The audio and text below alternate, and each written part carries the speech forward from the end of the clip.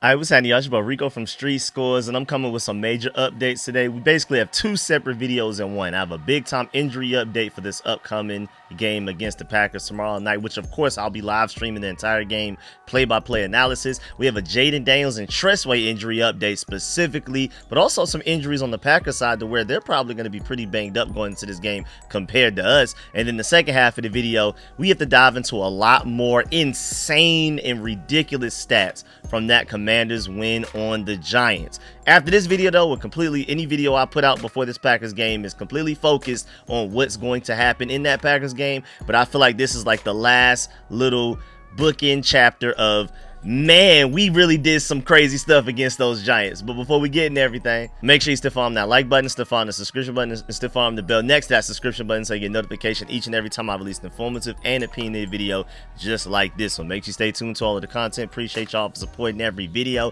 Shouts out to my watch to the end gang. Shouts out to my late night crew. Even though this video is actually coming out at a decent regular human being time, you know, still shouts out to the late crew. Let's go ahead and dive into this video right now, man. Let's get it.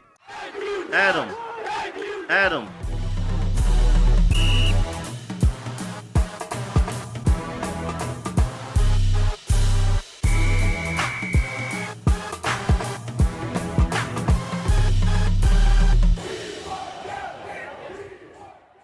All right, so we have injury updates leading to the Packers game, and I'm assuming at some point later on today we'll get like the official final injury update, but I'm giving you what came out between Wednesday and Thursday. So first of all, as you can see on the screen right now, one of the big glaring things is that, first of all, both of our injury reports are pretty long, but there's a stark difference between us having a bunch of guys resting and the Packers having a lot of guys that are just actually hurt for real. But both starting quarterbacks, Jaden Daniels and Jordan Love, are on the injury report. So of course some people are panicking, but it's not as bad as it seems. First of all, as you can see, Jaden Daniels has participated fully every day in practice since he's been dealing with whatever this right wrist injury is, so I'm pretty sure it's nothing to worry about. And even same thing with Jordan Love. Whatever his left thumb injury he has going on, he's participated in practice both Monday and Tuesday in full, again, just like Jaden Daniels. And even Dan Quinn said that he has zero concerns about Jaden Daniels' right wrist,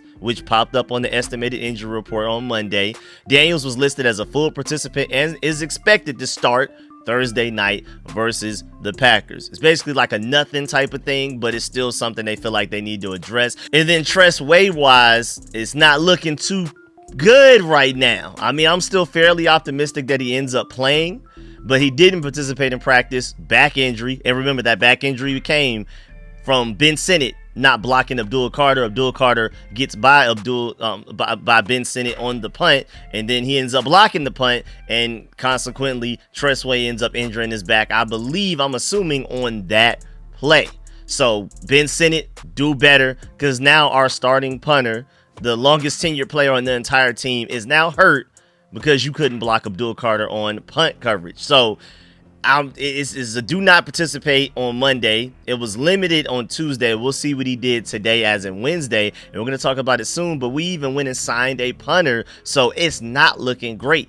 Dan Quinn even talked about the back injury. He said the punter is feeling good, and Ben Standig basically said the way that he said it, he's going to take that as Tress more than likely plays on Thursday. But at the same time, also yesterday, September 9th on Tuesday, the Commanders worked out two punters. You have Eddie Shkapiki, Mitch, and then you have the second guy, Mitch Wishanowski. And so Ben Standig said due diligence at minimum, more than likely. But I just thought it was hilarious because shouts out the Burgundy blog, and I completely agree. It's like, are we only scouting Poland, you know, people for punters? You know what I'm saying? Are we only looking towards Slovakia and Nordic places and stuff like that? Like, I can't pronounce either of those last names easily at all, not even close. So shouts out to the Commanders for looking for punters and having a specific type of punter that they're looking for, but I guess whatever's going on there. And then earlier today at 9 a.m., as in Wednesday, September 10th, the Commanders officially signed one of the punters. The one that I guess you could say maybe his last name is a little bit less difficult to pronounce. The Mitch Wishnowski guy. I hope that's how you pronounce that name, but we signed him to the practice squad, not to the active roster, so maybe that's good news for Tress. And then to make room for Mitch W. on the practice squad as a punter. We had to release Georgia Dog tight end Lawrence Cager from the practice squad. And so basically he's insurance just in case if Tress with the back injury cannot go tomorrow night against the Packers. And then also going back to the injury report, we also need to notice that 2 starting offensive linemen for the Green Bay Packers are hurt and have yet to participate in the practice. Again, when they come out with who participated, who didn't in practice today, as in Wednesday, September 10th. I'll do another video probably on that later tonight, early tomorrow morning before that game happens, because I definitely, I want to do a preview video, like some of the most important matchups and a big time injury report for this upcoming Commanders Green Bay Packers game, like I do every week. I do the game preview, I live stream during the game, and then I do a live reaction to the game during that live stream, and then afterwards I do a review video. That's every week, every opponent. So be on the look out for that either later tonight or tomorrow morning. And again, that's going to include like the final injury update. But as you can see, their starting guard Aaron Banks and their starting offensive lineman Zach Tom, oblique and ankle and groin injuries, have not participated in practice at any point this week so far. That's ugly for them, bro. Things could get really ugly, because I know a lot of people were saying that, our defensive line looked great. Yes, they did. But that Giants offense in general, let alone the offensive line, especially with Andrew Thomas hurt, a lot of people aren't willing to buy stocks into the D-line yet. I am. I felt like they looked really good, to the point that even if it were a good offensive line, I still feel like they did a great job, way better job against the run than we ever saw at any point last season. And we went against bad O-lines last year. We never looked that good. But some people were saying, hey, it's the Giants O-line, pretty much hold the brakes on, starting to buy stocks and to really believe in this D-line's ability, especially to get pressure on the quarterback consistently, only sending for a defensive lineman.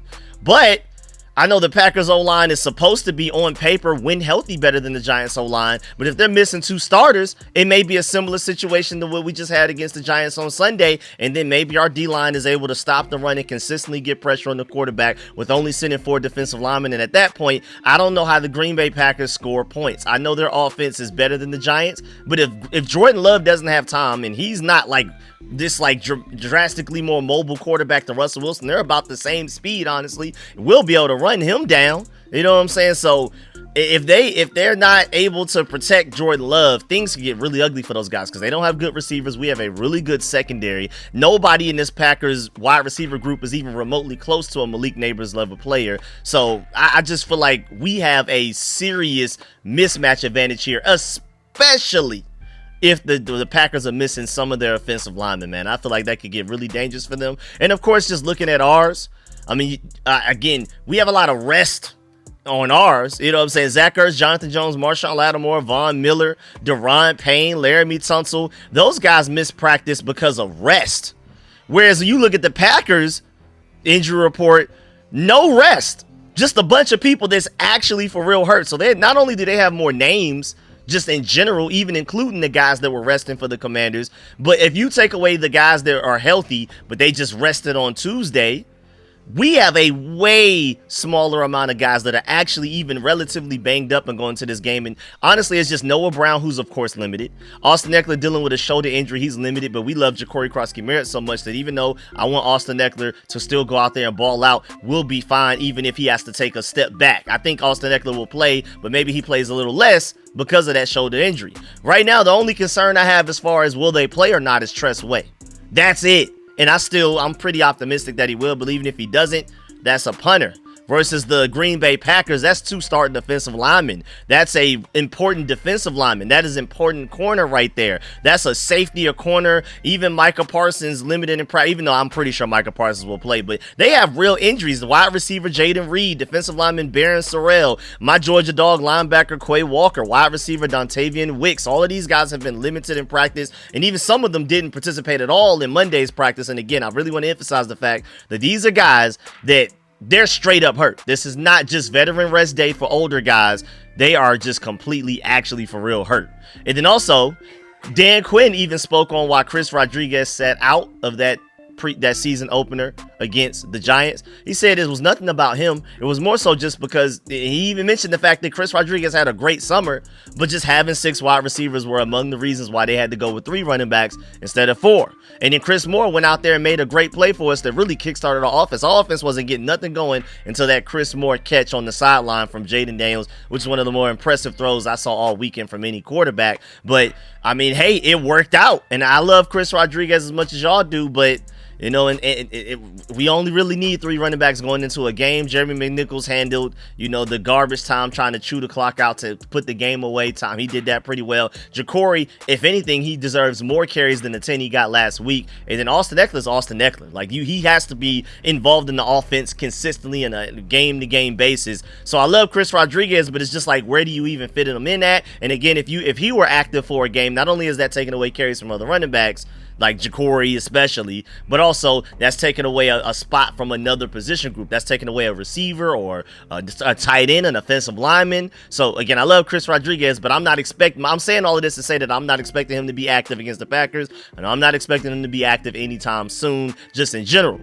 And then also I like the fact that the Commanders practiced, I think this was yesterday's practice, Tuesday, September 9th, where they had a "Go Pack Go" chant going on in the background to prepare for the crowd noise at Lambeau Field. So they had it really loud, and they practiced on how they're, you know, going to communicate with all of the Packers' home crowd noise and stuff like that. This is an away game, so we got to be prepared for that. I love the fact that we utilized that in practice yesterday. Now, before we move on to technically it's the second half of the video content-wise, but time-wise, this is definitely going to be like the last 2/3.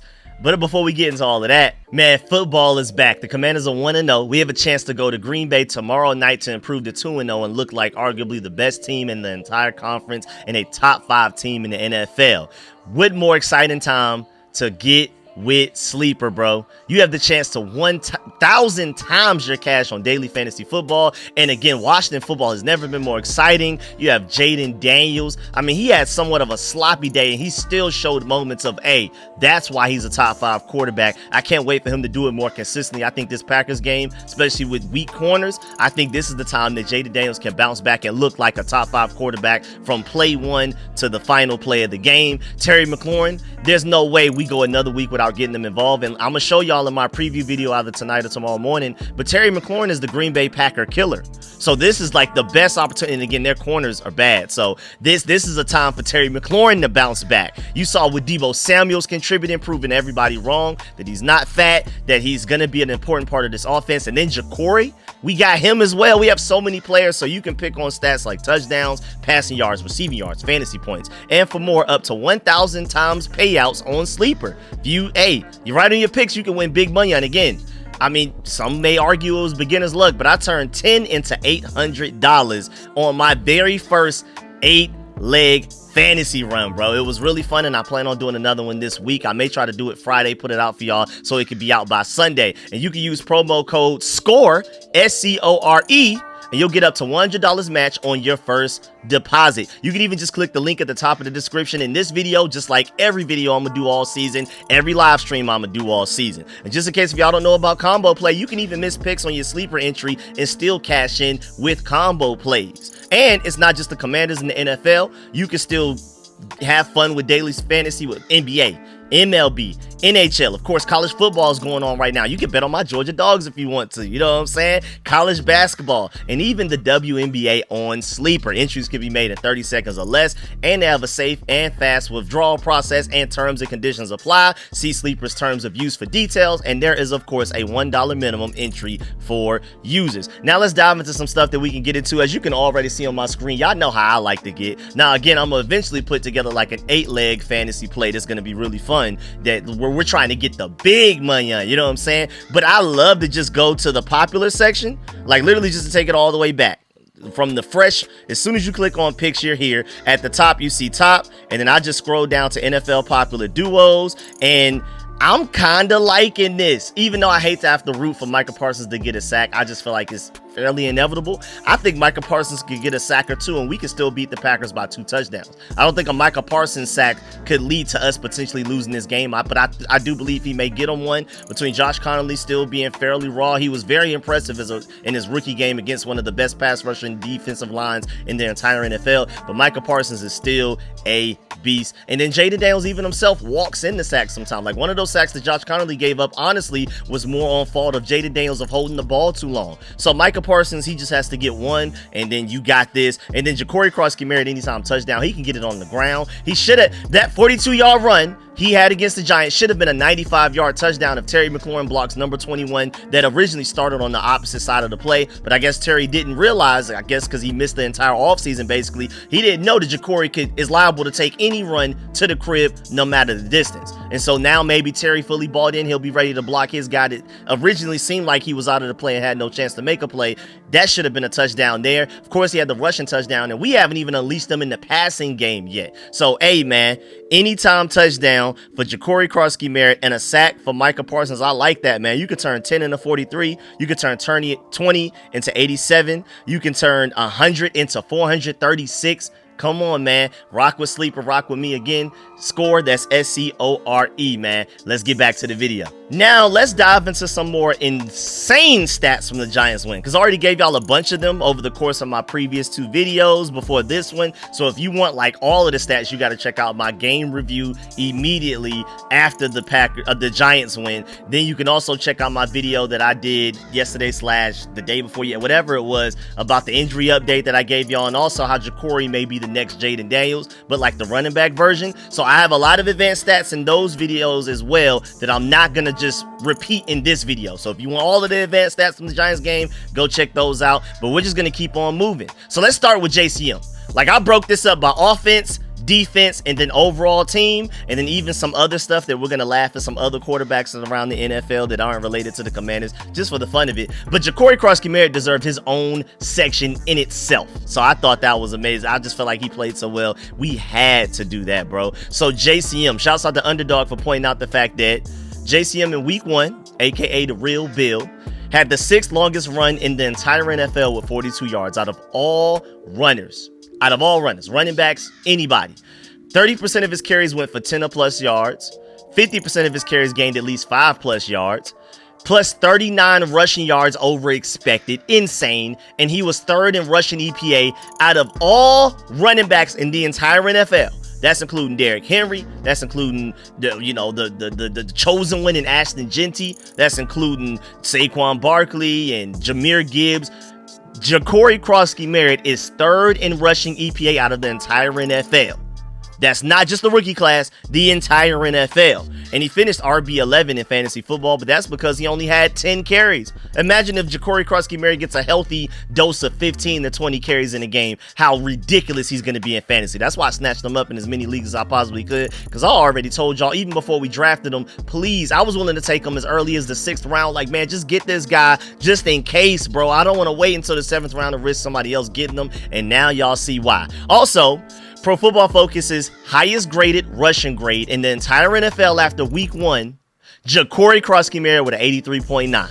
So advanced stats say he's the 3rd best running back in the NFL through week 1. Pro Football Focus feels like he's the best running back in the NFL after week 1. And of course, you can go to NFL.com/voting/rookies and vote for Jakory Croskey-Merritt to win Offensive Rookie of the Week. Please go do that, because you can vote as many times as you want. I've already done it 40 times over the course of the last day and a half. Please go vote for our boy, man. Get him right. Please, he deserves it, bro. You saw the voting power we had last year with Jaden Daniels winning all of the Offensive Rookie of the Weeks, almost all of them. Let's do the same thing with Jakory Croskey-Merritt, because he honestly deserves it. And then, sticking with Jakory Croskey-Merritt just for a little bit longer, these aren't advanced stats, but look at these media scrums that he had in practice yesterday, September 9th on Tuesday, bro. The first picture is provided by Zach Selby. Then you have the Nikki Javala picture where she's like a little bit further back, and you really get to see how the pandemonium took over, bro. Like, it's like, I mean, that looks like a starting quarterback. media scrum. There's somebody like on the right side trying to stand up on something to get a higher view. Like, it is absolutely insane, bro. This is your 7th round rookie running back. There was a 0-star recruit coming out of high school, bro. He's doing that stuff after just one NFL game in his career, after missing the entire last college football season as well. Don't forget that. And then also, I want to bring up the fact that Terry McLaurin was asked about when he knew Bill Croskey-Merritt would make an impact this season. He said it was in training camp when DQ showed him a clip of one of his runs in a team meeting. Terry said, quote, "I like his energy, the competitiveness that he plays, rushing with the football," unquote. And I'll bring that up to say that that's why Terry McLaurin was not here to see Jakory Croskey-Merritt in person all training camp when he was ripping runs off for big play touchdowns, taking runs to the crib and stuff like that. So that's why out of everybody on that field in that 42-yard run, Terry McLaurin was the only one not fully engaged with blocking somebody. That's probably because he underestimated Jakory. He literally said it himself. The reason he knew Jakory was real was because of clips that he saw from Dan Quinn in team meetings. If Terry McLaurin was out there all offseason and not holding out, not holding in, whatever, and he was already paid and happy,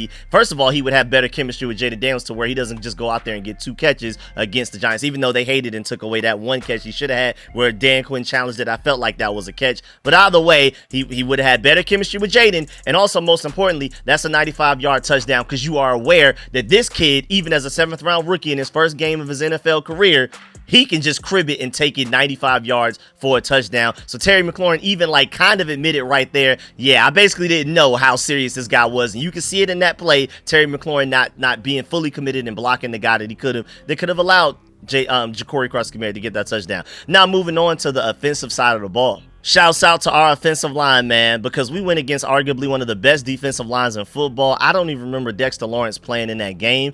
And if you look, just based on this charts uploaded by Ian Hartitz, you ain't even got to like pay attention to like the running back rushing yards before contact and the pressure rate allowed. You can see that yikes, top left is as bad as it gets. Bottom left is not much pressure, but a rough run game. So you can pass protect, but you can't run block. Then the top right, you can run block, but you can't pass protect. And then the bottom right, this looks like the Commanders are literally the best offensive line in all of football. When it comes to being able to run block and pass protect, the Commanders have arguably, and they're in that 4th quadrant of the best offensive lines, and it's not even close. It's like a big gap between them and everybody else. They are the best all around, at least produced offensive line in football so far through week 1. And again, you can talk about a lot of things wrong with the Giants. You can't act like that D-line isn't one of the best in football. With Dexter Lawrence at defensive tackle and their edge rusher rotation of Abdul Carter already looking special, Brian Burns getting a couple of sacks against us, and Kayvon Thibodeau is nothing to laugh at and sleep at either, bro. And the fact that the offensive line looked that great against that D-line without Samuel Cosmi, come on, bro. Like, what are we even talking about for real? And even just to continue on, Brandon Coleman at left guard against the Giants, 0 pressures, 0 sacks allowed, 0 penalties, and 2 pancakes. Shouts out to Mark Tyler for that one. Grant Paulson also pointed out the fact that offensive line-wise, Pro Football Focus grading-wise, Tunsil had 37 pass pro snaps, which all offensive linemen did, so that's redundant. I'm not going to say that for every offensive lineman. Everybody had 37 pass pro snaps, which is also like really important. That means all 5 of our offensive linemen that started finished the game fully healthy. Nobody ever got banged up, had to come out with a random offensive lineman rotating in off the bench or anything like that. So that's amazing in itself. Tunsil allowed 1 pressure, 1 sack, 1 penalty. And again, I feel like that 1 pressure he allowed on Jaden Daniels, which led to the intentional grounding before halftime, I think maybe he thought that we were about to spike it. And so that's why he just allowed whoever that edge rusher was to go right by him without even trying to block him. Brandon Coleman finished with 0 pressures. Biotish had 1 hurry, 1 pressure. Allegretti had 0 pressures. And Connolly had 1 sack and 1 hurry. That is very, very sound against the offensive line, the defensive line that the Giants have. Also, our offensive line produced 2.2 yards per carry before contact against the Giants. That is insane. So every time somebody ran with the ball for the Commanders, they went on average 2.2 yards ahead of the line of scrimmage before anybody ever made contact with them. I don't think y'all understand how ridiculous that is, bro. And even just to single out Josh Connolly specifically, bro, a rookie debut against one of the best D-lines in football, bro. 1 sack allowed, 1 quarterback hurry, 2 pressures, and 0 quarterback hits, bro. And like I said in my game review video after the game, that this is honestly, and this was a good game from him. It wasn't perfect, but it also wasn't bad. And this is the most encouraging part, the part that I'm most optimistic about is this is the worst version of Josh Connolly you'll ever get. This was against one of the best D-lines in football, and it's his rookie season, his first game at right tackle, mind you. Let's emphasize the fact that this guy was a career left tackle at Oregon. Just imagine switching everything up in your life from, if you're right-handed, now you got to do everything left-handed. Brush your teeth right and stuff like that. It's just the same. If you're left-handed, now you got to do everything with your right. It's literally the same thing with switching from left tackle to right tackle in his first game of his NFL career ever.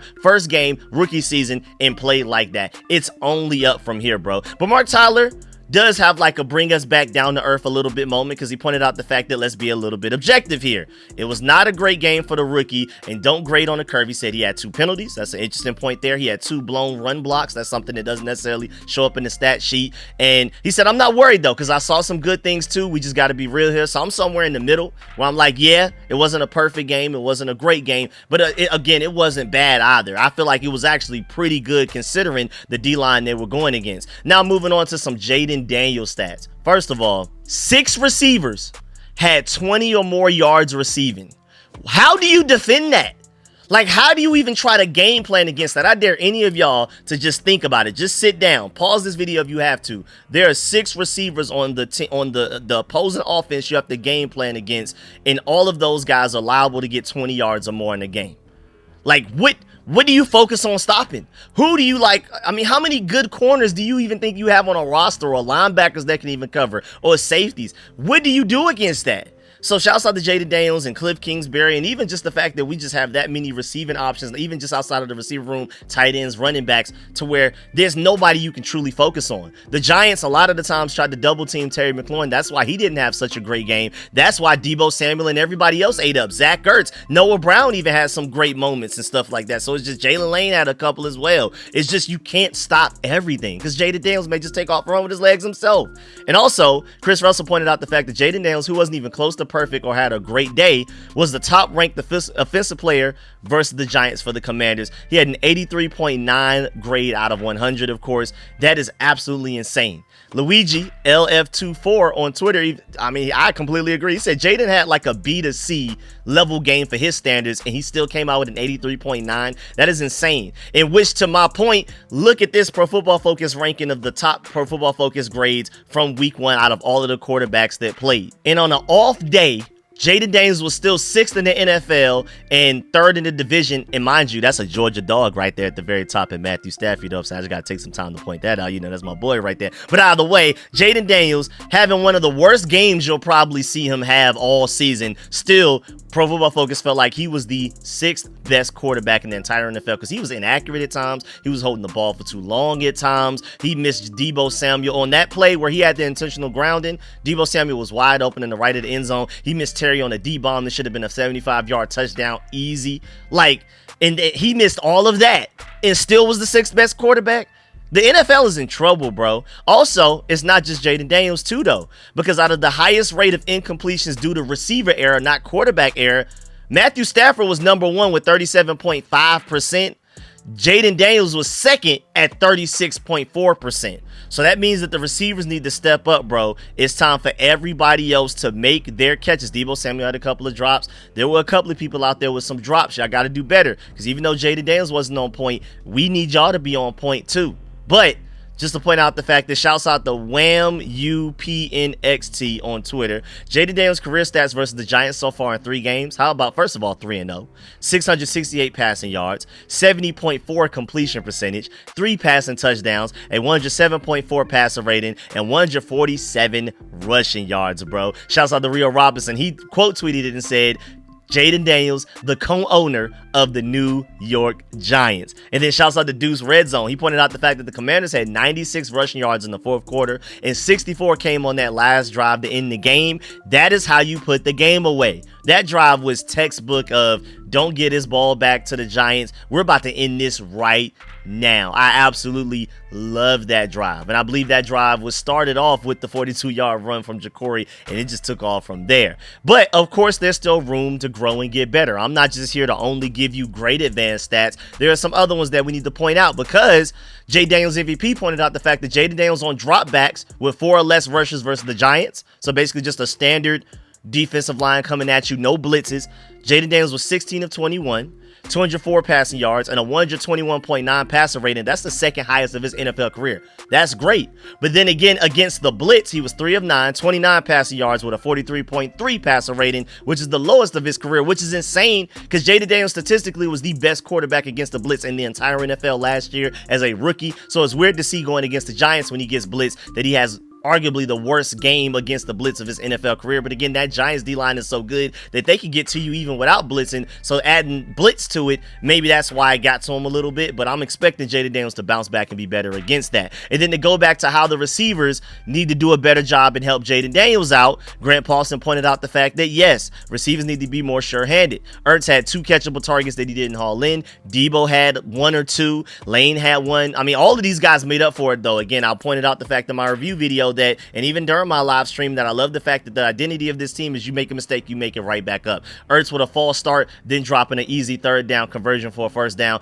Next drive, touchdown. Austin Eckler, false start, immediate next play, 15-16 yard play where he breaks like in 4 tackles and stuff like that. Jalen Lane had a drop. The very next play, he catches a pass and then runs for a 1st down himself. I loved it. And Debo Samuel more than made up for all of the drops that he had, bro. So I love that. But Grant Paulson did point out the fact that not all of them were necessarily well-placed balls by Jaden Daniels, but if your hands are on it, you got to catch it, bro. Now moving on to the defensive side of the ball. Shouts out to Chris Russell for pointing out the fact that Javon Kinlaw, Will Harris, and Eddie Goldman were the top 3 graded defensive players for the Commanders versus the Giants. I'm bringing that up because I don't know if y'all noticed, but all 3 of those guys were new additions this offseason that were not on this team last year.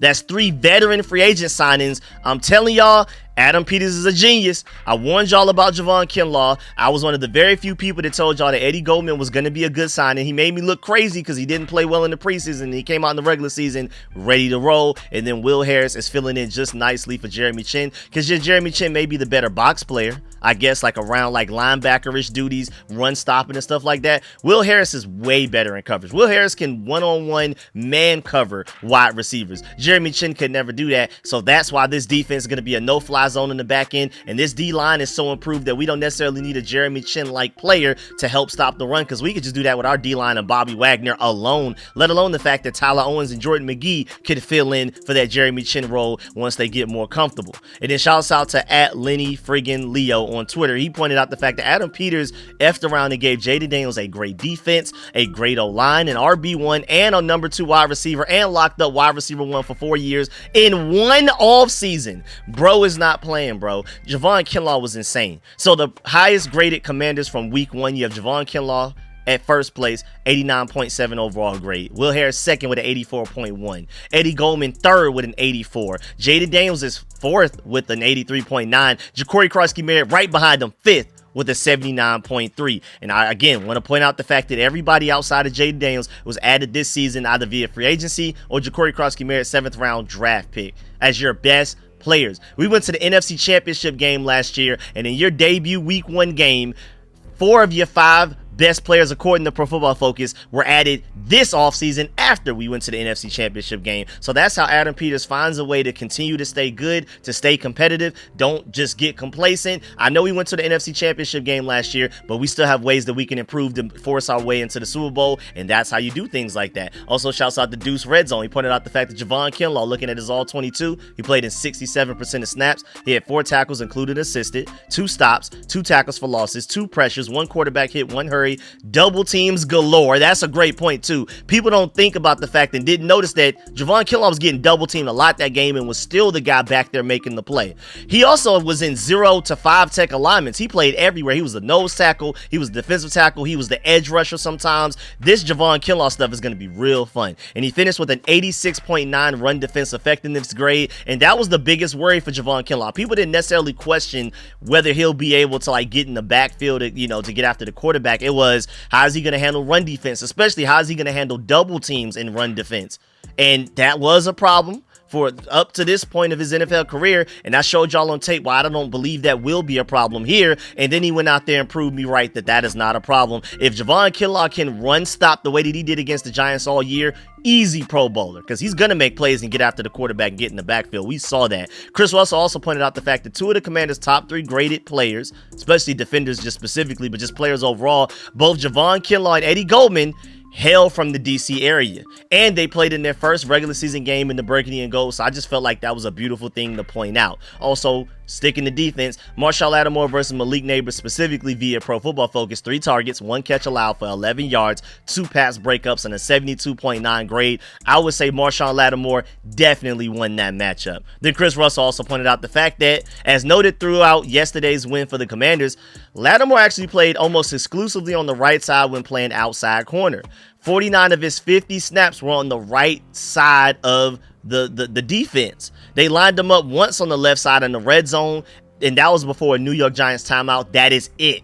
And that's interesting because that means that if the Giants want to move around Malik Neighbors, Joe Wood Jr. trusts both Tre'Davious Amos and Marshall Lattimore so much equally that he's just like, well, if Neighbors is on the right side, Lattimore, that's you. Neighbors on the left side, Trey Amos, that's you. I trust both of y'all equally to be able to shut them down. I love that from Joe Wood Jr. We're not allowed, Lattimore is not traveling. He's staying on one side, Trey Amos is staying on the other, and that's going to allow them to even just understand defense better. If you're constantly playing on one side all of the time, that's going to have better chemistry with the safeties behind you. You're going to know exactly what you're doing. You're going to have a better feel of the sideline because you're getting used to, say, Trey Amos' situation. He's on the left side constantly, for example, just a hypothetical. You know what I'm saying? If he's used to the sideline being to his left, the out of bounds being to his left, he can use that to his advantage when covering people. And so, but if he were to switch back and forth, you know, maybe he gets a cousin to the left. Now he has to, you know, use the right side. It's a little bit different. Against the same thing essentially from Laramie Tunsil, Josh Connolly going from left tackle to right tackle for the first time in his career. I like the fact that Joe Wood Jr. has our corners playing on one side each is basically what I'm saying. Also, the highest graded, according to PFSN, the highest graded defenses from week 1, according to their defense impact metric, the Broncos were number 1 with a 93.3. The Commanders were number 2 with an 87.4. So arguably the Commanders are the second best defense in the NFL so far. Love it. Also, now moving on to overall team, Brent Paulson, I already talked about this in my review video about how insane Nick Bellore is and why he's so important to this team. I mean, I feel like those big hits he had, like, literally sparked, he had our defense playing with their heads on fire. Like, he was the catalyst in the energy spark for our defense when he went out there and gave those big hits, especially the one he did with like a little over 13 minutes left in the second quarter. That hit was insane. I'm shocked that guy didn't fumble. But Grant Paulson pointed out the fact that Nick Bellore is 36 and has been a special teams monster in the NFL for 15 years. He has multiple Pro Bowls. It made $20 million to be a bad A-word and blow people up on special teams, and that's literally what he did. Also, talked about this in my review video as well, but the Giants had a 1st and goal, a 2nd and goal, 3rd and goal, 4th and goal, then a fake penalty that I felt like was a bad call, then a 1st and goal, 2nd and goal, 3rd and goal again, ended up only coming away with a field goal. All of those goals, and the best you could do is a field goal.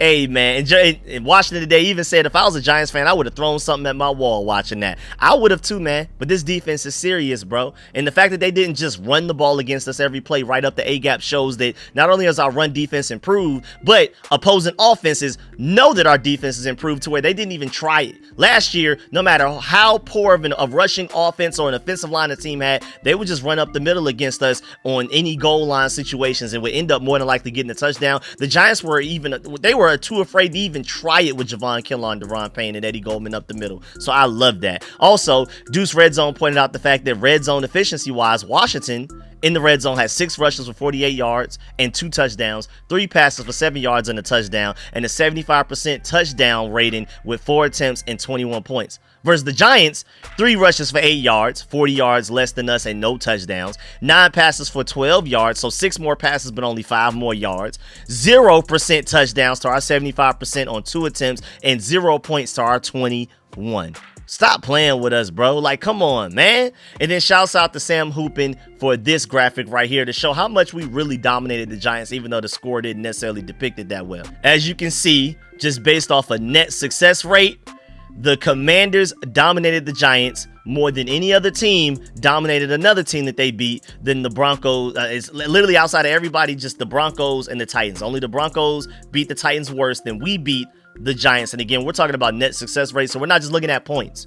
We don't care about the points that much. We're talking about how successful were you on offense, on defense, all of the advanced stats. We had the second most dominant game in the NFL this past weekend. And it's crazy too, because you see like the Saints and the Cardinals, they're almost negative. The Bills and the Ravens, the Bills had a negative success rate on 1. The Steelers had a negative success rate on 1, and yeah, the Falcons folded that game away. They had no business losing that. But hey, as a Falcons hater myself, I love to see it. Now, before we go, and as you're looking at some all 22 from Caleb Williams in that Vikings game Monday night, bro, I feel like we got to take some time to do, since we're talking advanced stats, we got to laugh at some of these other quarterbacks around here. Most of this is going to be Caleb Williams, but there's going to be some Jalen Hurts at the very end that you're going to love. But Caleb Williams is now 0-3 in matchups against his fellow 2024 draft class quarterbacks, because of course Jaden Daniels with the Hail Mary last year. Drake May beat the Bears last year. I don't think y'all remember this, 19-3.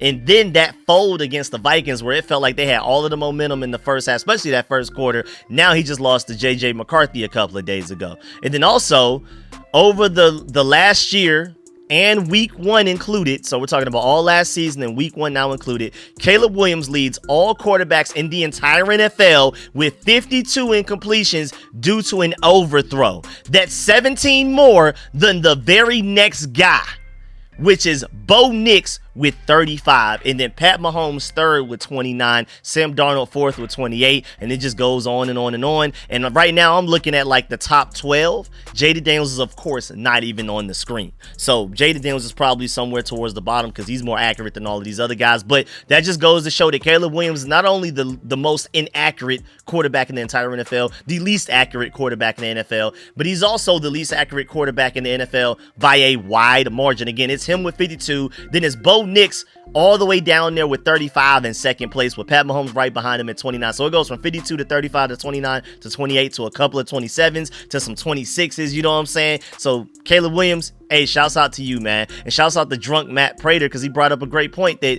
Caleb Williams probably only looked that good in the first quarter because it was like those 15 scripted plays to start the game from Ben Johnson. That first quarter was more Ben Johnson than Caleb Williams. Then once Caleb Williams actually had to start to make some throws and read the field himself and make his own decisions, that's when it got ugly. So Caleb Williams may be Ben Johnson only made. And then on top of that, Caleb Williams had the nerve to have the worst on-field swag we've ever seen from an NFL player ever, with that big shirt coming out of the bottom of his jersey and outside of the sleeves. He didn't even tuck those in. He should be ashamed of himself. And then lastly, before we go, just to laugh at Jalen Hurts real quick, shouts out to Dim Cowboys fan for pointing this out. This is a Cowboys fan. He said Jalen Hurts is a hilarious football player. And look at this, why? Look at this, bro.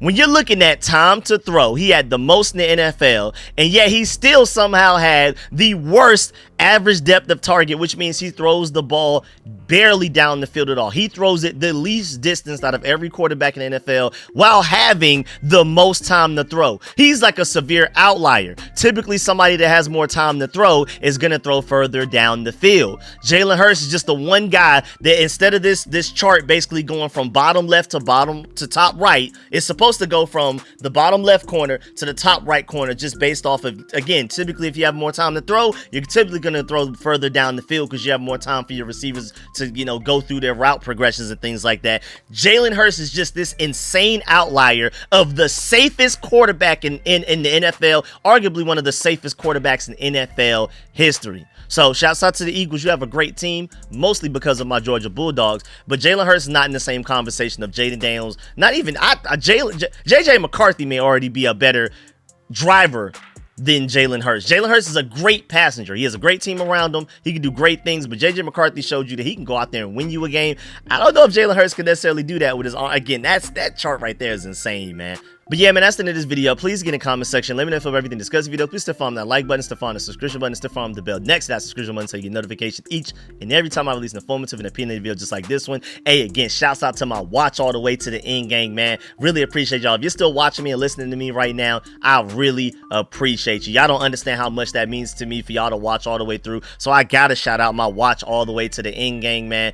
Really appreciate y'all. Make sure you leave a like on the way out. And of course, let me know how you feel about everything discussed in this video as far as our injury report report versus the Packers and the fact that we look like a far healthier team, do you feel like that's enough to make the difference over the fact that the Green Bay Packers not only a good team, but they're playing at home? Do you feel like us being the healthier team is going to give us enough of an advantage to beat them? Of course, I'm going to give y'all my breakdown in my preview video tonight or tomorrow, score prediction and all. And then, of course, let me know how you feel about all of these advanced stats I gave you, from Jakory to the offense to the defense to the Caleb Williams and Jalen Hurts. Really appreciate y'all. Leave a like on the way out. I'm going to catch y'all later. I'm out.